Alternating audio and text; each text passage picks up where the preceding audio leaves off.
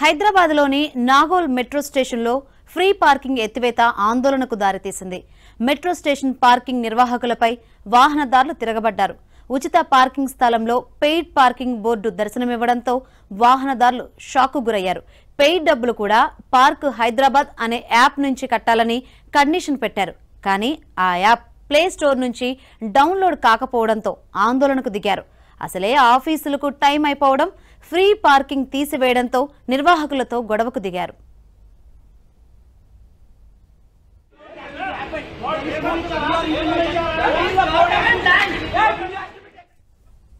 నిన్నటి వరకు ఉన్న ఫ్రీ పార్కింగ్ ఎత్తివేసి ధరలు నిర్ణయించారు.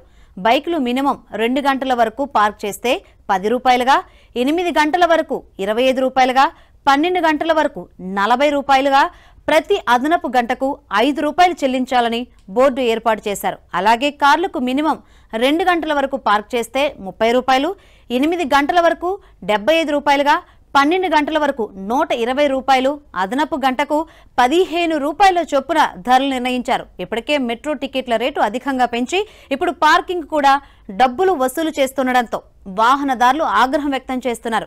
వెంటనే ఫ్రీ పార్కింగ్ ఇవ్వాలని